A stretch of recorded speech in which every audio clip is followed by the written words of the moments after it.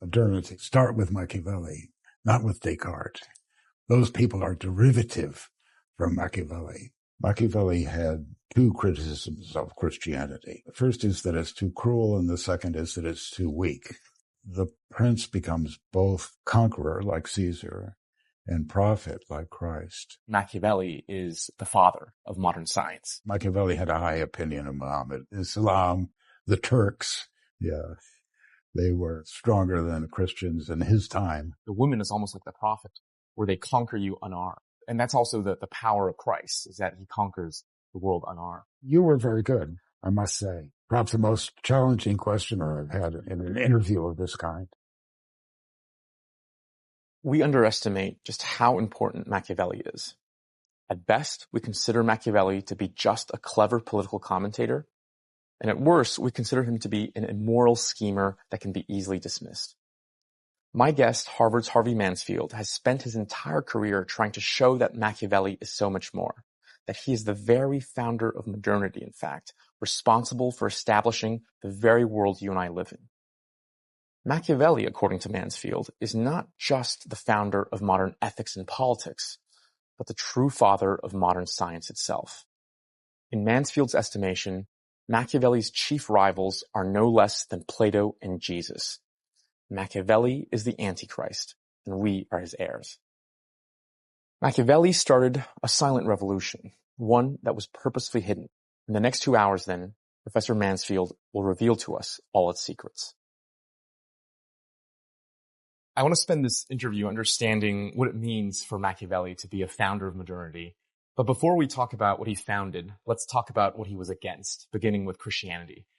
In your books, you called Christianity Machiavelli's chief enemy. Why is that? Christianity tries to make you better than you can be.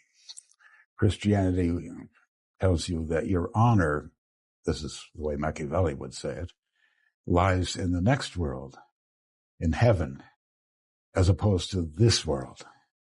And what Machiavelli tried to do was to create what we normally today call the world out of this world. The world has no reference to another world. That's modernity. And I think that's what Machiavelli got it started.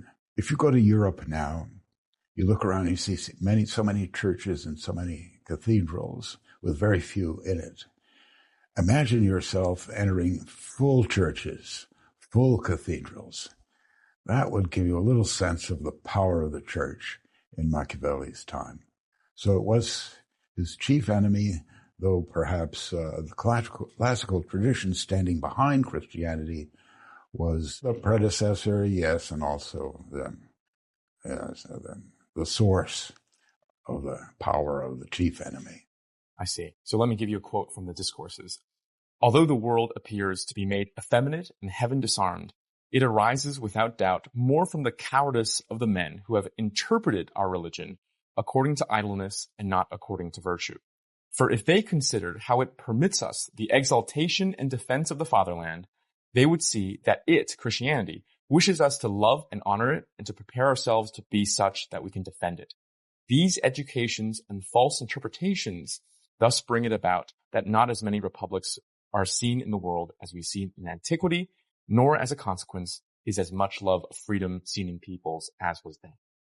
This quote, at least, makes it sound like Christianity itself is not the enemy, but only the bastardized interpretation of the time. But your reading is that the Christianity itself is the main issue. Yes, the interpretation that Christianity makes is the interpretation, you could say, of the classical tradition. It changes it, makes it more effectual, points it in your direction. Plato spoke of the idea of the good. Machiavelli says Christianity changed the idea of the good into the idea of God. God is a personification of good. God is how most ordinary people understand good.